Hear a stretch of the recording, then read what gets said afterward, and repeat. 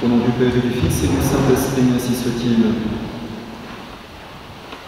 Cher Monsieur le Président, bien chers frères, les enfants de ce siècle sont plus avisés dans leurs affaires que les enfants de lumière. Notre Seigneur Jésus-Christ conclut tristement la parabole qu'il nous donne aujourd'hui par cette parole. Les enfants de ce siècle sont plus avisés dans leurs affaires que les enfants de lumière. Ce qui signifie que les hommes, pour pouvoir vivre avec des finalités qui sont simplement terrestres, se montrent ingénieux, se montrent travailleurs, tandis que lorsqu'il s'agit de penser au ciel, au salut de son âme, au règne de notre Seigneur Jésus-Christ, on voit beaucoup de bâillements et de soupirs, et les hommes sont paresseux pour travailler au règne de notre Seigneur Jésus-Christ. Ce constat est bien humiliant pour nous, mes bien chers frères, parce qu'il nous exprime que notre Seigneur Jésus-Christ n'est pas content de ses enfants qui montrent si peu de zèle pour son règne. Notre Seigneur Jésus-Christ est certainement triste de l'ingratitude que cela représente, lui qui a donné sa vie pour nous. Et nous voyons bien pourtant que nous ne pouvons que donner raison à notre Seigneur lorsque nous voyons dans quelle situation se trouvent les sociétés et dans quelle époque nous vivons aujourd'hui. Eh bien, chers frères, nous avons à peu près tout perdu de notre héritage chrétien. Oui, nos pays, la France, nos pays ont été des pays catholiques et nous avons tout perdu. Ce n'est pas qu'ils soient parvenus simplement au niveau d'une certaine neutralité qui n'existe pas. Non, nous sommes des pays apostats. Et donc, nous sommes obligés de constater que les enfants de lumière, c'est-à-dire les catholiques qui se sont succédés en France, et malgré de grands mérites, eh bien, n'ont pas été aussi avisés, habiles et avisés que les enfants de ce siècle, puisque petit à petit, tout a dégénéré pour que nous nous en retrouvions à là où nous sommes aujourd'hui, jusqu'à être réduits en esclavage aujourd'hui, ou pratiquement, par les enfants de ce monde. Eh bien, chers frères, est-ce là une fatalité que notre Seigneur Jésus-Christ exprime dans cette parabole?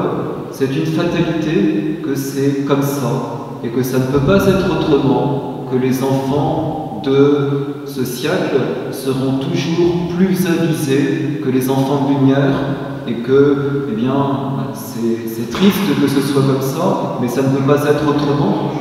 Est-ce que c'est ça que notre Seigneur Jésus-Christ veut dire? Non, mes bien chers frères, notre Seigneur ne dit pas qu'il y a une fatalité déjà musulmane. Notre Seigneur ne dit pas cela.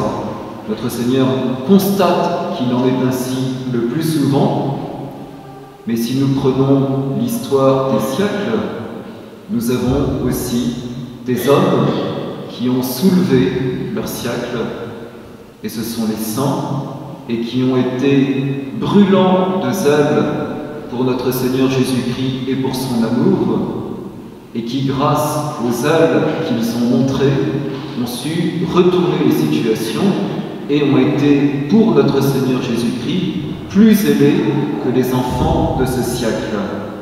Donc il n'y a pas de fatalité. Et nous devons en être convaincus, il n'y a pas de fatalité. Nous pouvons tout en celui qui nous fortifie. Nous pouvons tout si nous brûlons intérieurement du feu de Dieu, du feu de notre Seigneur Jésus-Christ.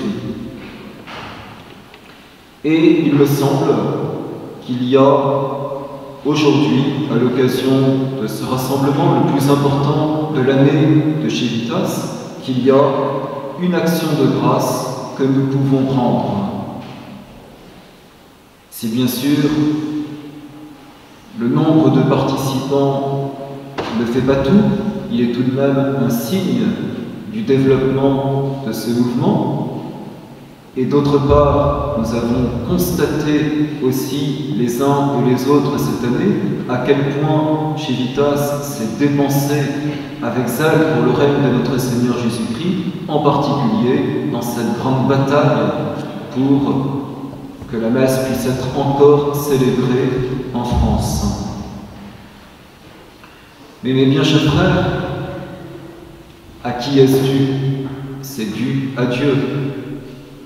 Mais c'est dû aussi aux instruments de Dieu, aux instruments qui se sont dépensés pour pouvoir assurer ce travail, ces combats, pour pouvoir gagner des victoires et pour que vous soyez ici nombreux à avoir été maintenant mobilisés et à être présents ici, pour que sur le territoire français, il y ait maintenant 50 sections départementales qui soient fondées, pour que Civitas apparaisse dans d'autres pays, comme la Belgique, la Suisse, le Canada, l'Allemagne maintenant, comme quelque chose qui transcende les frontières, parce que le règne de notre Seigneur Jésus-Christ transcende les frontières et puisse être exporté ailleurs, dans tous les pays, pour que la vraie internationale chrétienne, la seule qui tienne, puisse exister. Eh bien, chers frères, je dirais que c'est dû à peu de moyens, à peu d'hommes, mais à des hommes que je ne nommerai pas pour leur humilité et avec des moyens qu'ils utilisent qui sont des bouts de ficelle et qui, avec si peu de choses, parviennent à mener ces combats avec ardeur, avec zèle, avec pugnacité, avec persévérance et avec des fruits que nous constatons. Et c'est très important pour nous de le dire. C'est très important parce que si nous le voyons un petit peu de nos yeux, cela nous encourage encore plus à penser que si il y avait davantage d'hommes, et évidemment je vous regarde tous ici présents, davantage d'hommes qui se mettent à montrer le même zèle de Dieu, ont la même volonté dans le combat, cela ne fera que démultiplier les possibilités de Civitas. Et ce n'est pas Civitas pour Civitas, c'est Civitas pour le règne de notre Seigneur Jésus-Christ. C'est Civitas pour que vous puissiez transmettre encore à vos enfants quelque chose, que les personnes qui se marient aujourd'hui ne soient pas désespérées d'avoir des enfants en se disant « mais seront-ils seulement baptisés? Pourront-ils aller à la messe? Auront-ils encore des écoles catholiques ?» Eh bien, chers frères, si de devoir aujourd'hui nous poser de telles questions n'entraîne pas de notre part une volonté de ne plus dormir de la nuit pour pouvoir être entièrement accaparés par le bien des générations à venir, par le combat pour notre Seigneur Jésus-Christ, que faudra-t-il? Nous voulons léguer quelque chose à nos enfants, nous voulons combattre, nous ne voulons pas être des idotes. Alors, voyez-vous, il faut que cette université d'été serve en même temps de retraite, de récollection. C'est-à-dire que chacun d'entre vous, en entendant ces choses et en constatant ce qui se passe aussi, se détermine, prenne une résolution. Et une résolution qui soit à la hauteur de la gravité de la situation dans laquelle nous nous trouvons aujourd'hui. Parce que c'est la guerre, il faut que nous soyons des guerriers, tous, hommes, femmes, quel que soit notre âge, et que nous disions comment aller jusqu'au bout de moi-même pour pouvoir me donner dans ce combat. Jusqu'au bout de moi-même pour aller dans ce combat, sans compter avec rien que cela, aller jusqu'au bout de moi-même. Comme disait le Père Calmel, jusqu'au bout de ma grâce. Et que vous puissiez vraiment en toute vérité et en toute générosité vous tourner qui vers vos chefs de section, qui vers les chefs du mouvement, pour dire au cours de cette université d'été, eh bien voilà, moi je suis à votre disposition. Peut-être que je n'ai pas beaucoup de qualité, mais peu importe, je suis à votre disposition, à la disposition de Civitas, pour pouvoir aider à ceci, faire cela, ou je ne sais pas très bien ce que je peux faire, mais je suis quand même à votre disposition. Donnez-moi des ordres, des consignes, et je serai heureux de pouvoir mettre quelque chose au service. Quelle démultiplication, mes bien chers amis, si vous tous qui êtes ici présents, vous trouvez maintenant vraiment dans ces pensées. Mais imaginez, mes bien chers frères, avec tout ce qui se produit, Monsieur le Président vous en parlera, imaginez avec tout ce qui se produit aujourd'hui, toutes les difficultés de plus en plus inextricables dans lesquelles nous allons nous trouver, imaginez eh bien, tous les problèmes qu'il y aura à régler, toutes les difficultés auxquelles il faudra faire face. Et les gens qui appelleront peut-être désespérés pour dire « Mais comment je fais dans telle situation ?» Eh bien, est-ce que ce seront les mêmes quelques hommes qui, même chez Civitas, qui devront faire face à tout? Ils ne sont pas assez. Et ils ne tiendront pas si vous... Il faudrait presque faire aujourd'hui, dans cette situation où nous nous trouvons, une sorte de numéro vert chez Civitas, SOS 24 heures, pour pouvoir, eh bien, voilà, pour que Civitas puisse faire face à toutes les demandes de toute la France ou de d'autres pays qui existent. Mais il faut des personnes, il faut des bonnes volontés, il faut des gens qui s'investissent comme il le faut pour ceci ou pour cela. Et je pense tout spécialement eh bien, à ceux qui ont plus de temps, peut-être aux jeunes retraités, à ceux qui peuvent eh bien, largement s'investir et qu'ils le fassent jusqu'au bout. Mais mes bien chers frères, je terminerai par l'essentiel, vous voyez, dans ce combat extraordinaire, presque apocalyptique, dans lequel nous entrons, eh bien, nous ne pouvons tenir, et ceux dont j'ai parlé, sans donner leur nom, ne peuvent tenir que par la prière, que par la messe, que par la prière de demande à l'égard de notre Seigneur Jésus-Christ. Ils ne sont que des instruments inutiles, mais ce sont des hommes, des femmes qui prient, qui passent parfois plusieurs heures de prière dans leur journée pour pouvoir, à genoux, demander, implorer des grâces pour leur investissement politique. Et oui, ça se rajoute encore au reste, eh bien, c'est passer beaucoup de temps en prière parce que c'est en notre Seigneur Jésus-Christ, par l'intermédiaire de la Très Sainte Vierge Marie, que nous trouvons les forces dont nous avons besoin. Donc on ne peut pas faire l'impasse sur la prière. Prière pour pouvoir, avec une formation qu'il faut toujours continuer, arriver à l'action qu'il faut avoir.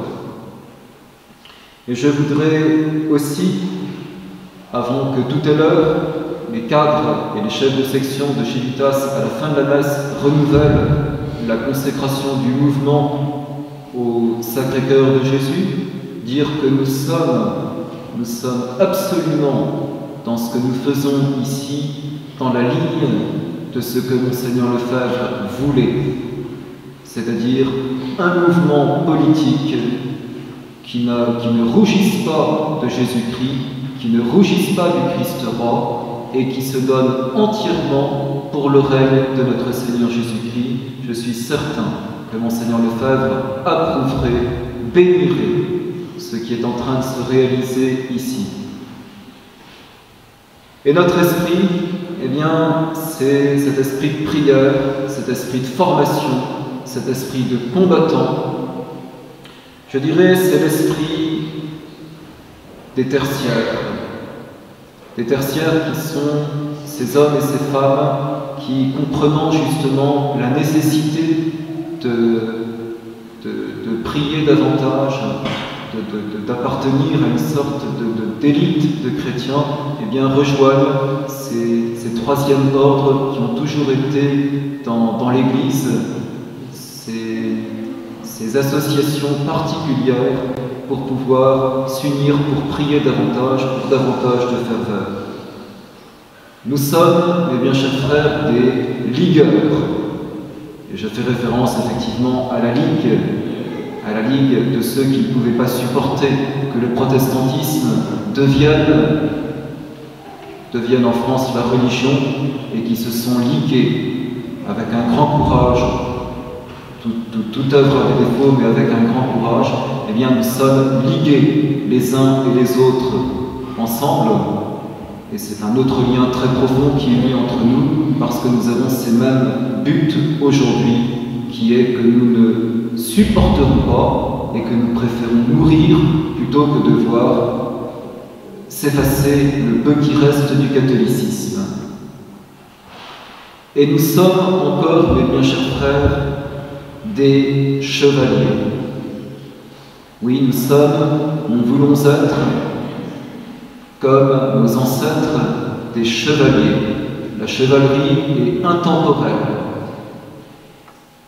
La chevalerie, c'est cette noblesse d'âme, l'opposé de la vulgarité, qui fait que l'on est tout servant de notre Seigneur Jésus-Christ et tout donné dans ce combat